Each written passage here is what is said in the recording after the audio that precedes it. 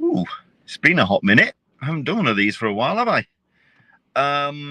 It used to be so much easier on Twitter, back when Twitter was vaguely useful. Because, well, I could just jump on and do a non-spoilery live stream, and I used to be sat next to the missus, and it was a chance for me to just give a thought or two on the Marvels or a film of choice. As it happens, we're going to have to go to YouTube. Pooey. But you know what? I'll share it around, and if anyone wants to take what I want to, what my thoughts are, and if I don't know if anyone's got any use out of it, you never know. If anything, hopefully this one could be of use to some people, considering that the box office for the Marvels has not been great. Indeed, it didn't do as well as films like The Flash, or I mean, there was another one. I saw a couple of stats this week. Basically, it has not done well, and I don't get it. Well, yes, I do, purely because the Marvel output, certainly for Phase 3 and 4, or is it Phase 4? Yeah, Phase 4 has not been great. It's been underwhelming to say the least. It's been underdeveloped. It's been too reliant on previous franchises and previous episodes, reliant very much on seeing the TV series from on Disney Plus. And yes, there is some element of that in this film, especially if you've not watched Ms. Marvel, or if you've not seen certainly a couple of the episodes of WandaVision. You maybe get a bit lost, but thankfully, the film itself gets into a groove really quickly where you end up just going, no, I just want to spend time with these characters. I'm fine with it. So you kind of get okay. Very quickly, it's a very wet and grim and dismal Sunday here in the UK. I've now got myself a very expensive full English tea from Starbucks, and I'm currently sat and I've just been to see the 10:20 on a Saturday morning screening of the Marvels. This speaks volumes. We're what, like a week and a half, 2 weeks out from the film being released. 3D screenings. The closest 3D screening for me is Castleford, which is some distance away. This was an IMAX screening, and it's the only one of the day, and it's 10:20 on a Sunday morning, and I think that's the only screenings they're doing. They are not supporting this film, but I'm trying to work out if that's the cinemas just not supporting it and feeling that the superhero fatigue has kicked in. They are following the reviews and the reviewer scores and just going, no, you know what, the audience isn't going to come out and see this. I am hoping that enough people pass on enough goodwill for this to have a little bit more of a tail and for more people to go and see this film, because I had a grin on my face from start to finish. It opens on Kamala Khan, it opens on Ms. Marvel, and you've got the youthful energy that was featured in the Disney Plus series, which I also really enjoyed. Yes, it's not I was not the target audience. I'm a 50+ white bloke from England, and this was definitely for da kids. But you know what? You got caught up in the energy of the whole thing. Good series.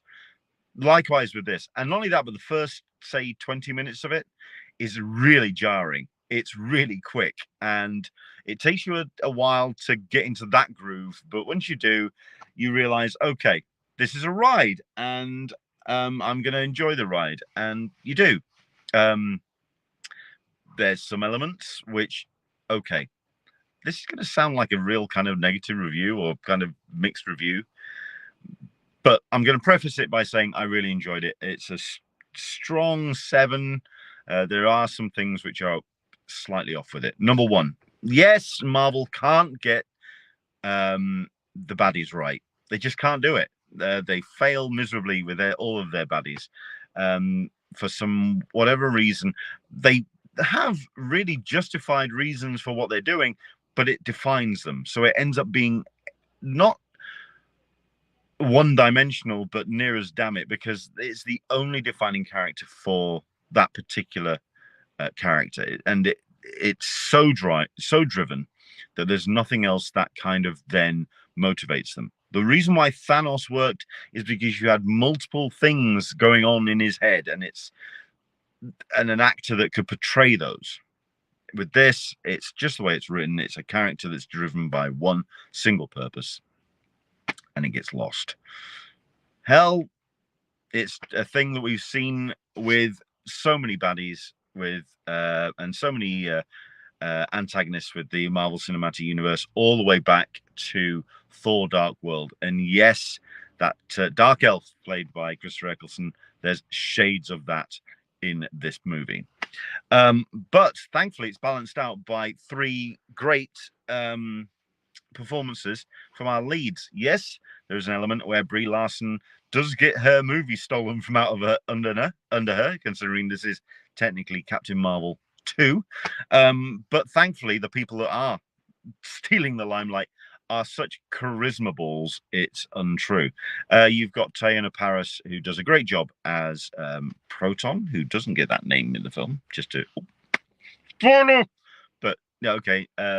Yeah, there's a running gag throughout the film about her character and her character name or superhero name, but she's a great addition. I actually wasn't a big fan of hers in WandaVision. I thought that she was a great television actress. It's very kind of like lots of energy on a small screen, and I didn't know if she would be able to have the weight to kind of carry a big screen performance. But no, she holds her own on this, and does a cracking job. Teyonah Parris, brilliant. Both Teyonah Parris and Brie Larson, however, are outshone by a factor of many thousands by the charisma ball, the white hot energy, which is what's the name? It's okay. I've forgotten the name, and I'm not going to try and just blurt something and ruin it. But the last that's playing Miss Marvel, Kamala Khan, is just awesome. She's just amazing, and every time she appears on screen, you just want her to stay there because she's just an absolute energy-driven actress, and I can't wait to read her comics, because if she is as talented as that as an actress on the comic book page as well, and she's done Ms. Marvel, and apparently she wants to do Deadpool as well. She just turned around and said, then the enthusiasm is just going to shine straight through. So really looking forward to checking out her comic books. But no, some great set pieces. Like I say, I had a grin on my face a mile wide. I slapped my leg a couple of times because I was just going, that's brilliant, funny, excellent. We'll have more of that. And it just works really, really well. What the critics have been saying against what I saw as an audience member, the disparity is just ridiculous. Whether it's the critics just genuinely running out of steam for comic book movies, and they've just thought, you know what, we've done Endgame, let's just draw a line into there. We don't need these anymore. Let's get back to proper cinema. There's no wrong with this. This is spectacle, and it's character driven, and there's fun, and it's just a great blast at the cinema. So that's all I can really say as a review. I would check this out because it's just a great film. It's just a lot of fun and a lot of energy, and I was down with it from the word go. Great end credits sequence, or certainly a mid credit sequence, which a lot of people have been raving about. Now I understand why. It's absolutely right, and why you should check that out. There is no post credits on this particular film. There's a sound effect of some cats, because you've got Goose, of course, the Flerken from the film, but that's about it. There's nothing to really stay to the end of the credits for the first time, second time after Endgame.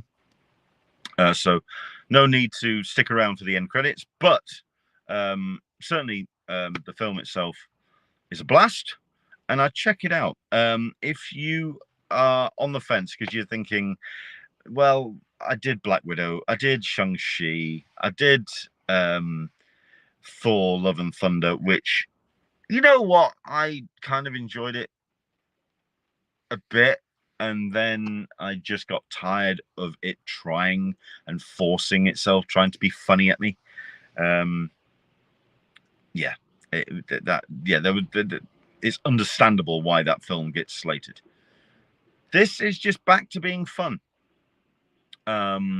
The only person I feel is slightly phoning it in, and I can't believe the words are coming out of my mouth, is Samuel L. Jackson, which is bizarre, but I'm just trying to work out if it's very much in the vein of Secret Invasion.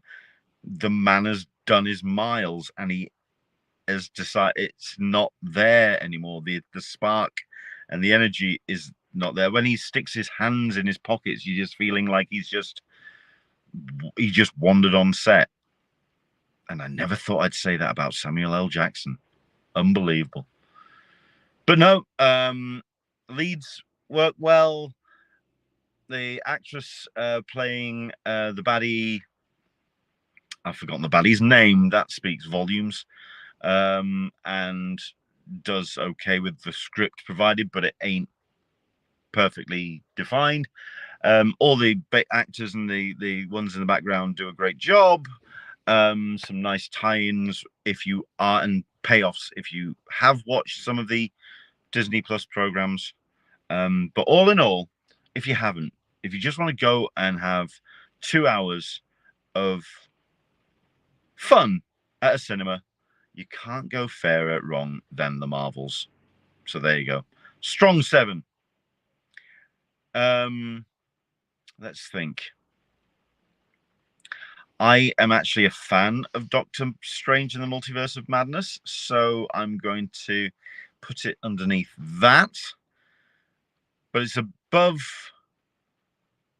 Shang-Chi by that much. Way above Thor: Love and Thunder, way above Black Widow.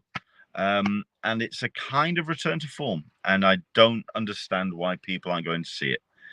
Maybe it's just getting to that time of year where people are saving up for Christmas and they don't want to go to the cinema. Yeah, who knows? Have you seen it? What do you think? Tell me in the comments below, of course. Like, subscribe, do all of that jazz. And hopefully I'll see you online a little bit more often, because I am going to come online later on today or tonight and talk about Wales Comic Con, Thought Bubble, my post-match review of that, and my post-match review of the open registration badge sale that took place yesterday for San Diego Comic Con 2024. Yes, Talking Con, a cup of tea with Englishman San Diego returns tonight. I say hopefully because, well, you know, it's been a while. You never know, things may change, but the plan is we're back. There you go. That's my thoughts. Go and see the Marvels because it rules. And hopefully I'll see you back online, hopefully with a flat cap back on again. Who knows? Yeah, we'll see you soon.